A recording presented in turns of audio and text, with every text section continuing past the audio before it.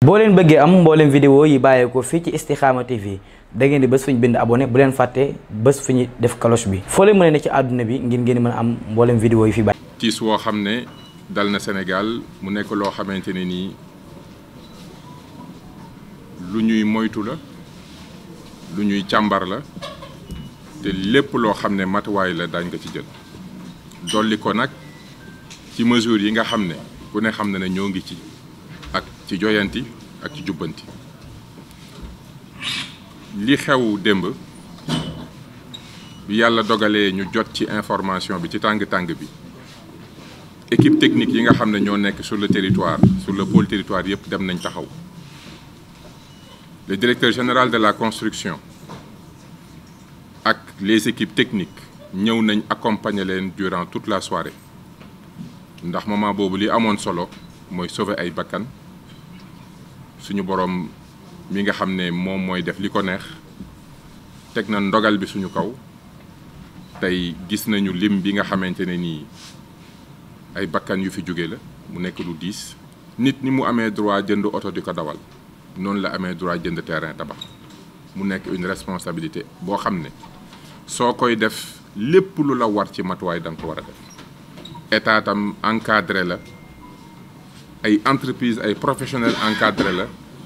ba yéene boobu nga am tabax sa kër nga def ko sans pour autant que nga lor kenn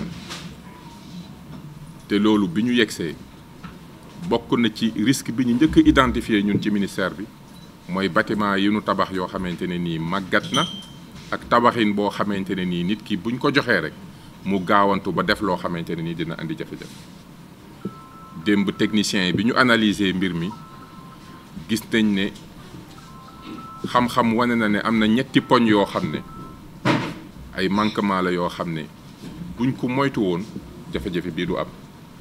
conséquences yi nag conséquences yooyu doy waar lay doon ndax nit moom boo yëkkatee mbir état jox la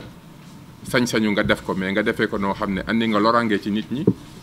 am na taxawaay boo xam ne état foog mu jël ko loolu bu ñu yeggee ca càppaandaw ga ku nekk dana xam li xew. Ce qui s'est passé quand nous avons été informés hier en mi-journée, nous avons envoyé, déjà nous saluons la mobilisation de l'ensemble du dispositif régional. Sapeurs-pompiers, la police, la gendarmerie, nos autorités, la mairie, tous ont été sur place pour apporter secours et gérer ce bilan du mieux qu'on pouvait par rapport à la gravité de la situation. C'est en fin de soirée que nous avons pu stabiliser la situation. Nous avons aujourd'hui quand même un niveau de victimes assez élevé et des blessés. C'est pour ça que ce matin, il était important pour nous de venir confirmer les états de fait qu'on avait déjà durant la soirée. Nous avons pu constater sur les lieux le premier rapport technique sur les manquements. Premièrement, nous avons constaté que la réalisation du bâtiment a suivi un rythme très rapide. Parce qu'en l'espace de 5-6 mois, 7 mois, ériger un R+3 avec autant de rapidité, sans laisser à la structure le temps de se solidifier, est déjà un problème. Les autres éléments qu'on a pu constater, toujours dans l'analyse préliminaire et qui est à confirmer, c'est l'état des matériaux de construction, un ciment, un mélange qui n'a pas forcément les qualités requises, mais surtout un problème de structure qui se voit déjà. Autant de points qui montrent qu'il était important, avant de se prononcer sur la situation, de prendre le temps non seulement de sauver les vies, mais de faire un premier diagnostic qui repose sur du juste et sur du vrai. L'entreprise qui était responsable de ce chantier a déjà eu dernièrement à faire l'objet de constats et d'erreurs quand même assez complexes par rapport à la mise en œuvre. Ce qui montre encore une fois que nous devons redoubler de vigilance quant au contrôle des travaux. L'option que nous avons, et qui est la meilleure option jusqu'à date, c'est de renforcer nos municipalités